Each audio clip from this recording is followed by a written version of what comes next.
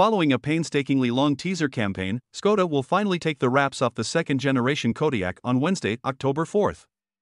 Meanwhile, a final unofficial rendering attempts to paint an accurate picture of what's to come for the midsize SUV by taking after the sketches released by the Czech automaker.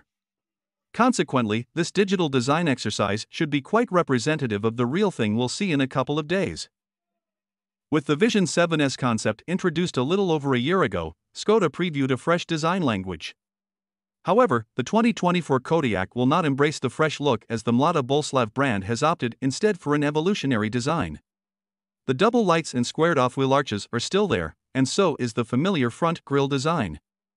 It soldiers on with traditional door handles and has an instantly familiar body shape, as the VW Group-owned marque hasn't really taken any design risks. Skoda is giving the new Kodiaq its second-gen Matrix LED adaptive headlights, a rear light bar, and a dark chrome finish for the D-pillars. It's also switching to the latest font used for the brand's name on the center of the tailgate. Sadly, although I know this is a personal preference, it's not reverting to the old and familiar logo depicting a winged arrow it had used until several years ago. Wheel size will start at 17 inches for the base model and go up to 20 inches on the more expensive trims. Although the exterior will be more of the same, it's the cabin that will be going through a revolution, since it'll have an all-new dashboard. The next-gen Kodiaq is getting a massive 13-inch touchscreen and three 1.25-inch displays mounted within a rotary knob on the center console. These tiny screens have multiple functions to reduce clutter while providing quicker access compared to having to navigate through the big screen. The driver will also have a 10.25-inch digital instrument cluster.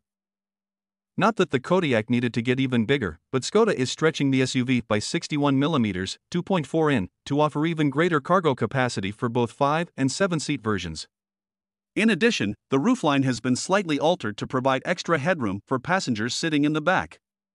That tells us this second generation is going to be supremely spacious regardless of whether you're going to carry people or stuff. It's going to be one of the last new VW Group products to come with combustion engines, including a 1.5 TSI that will be at the core of a plug-in hybrid version the first-generation Kodiaq didn't have.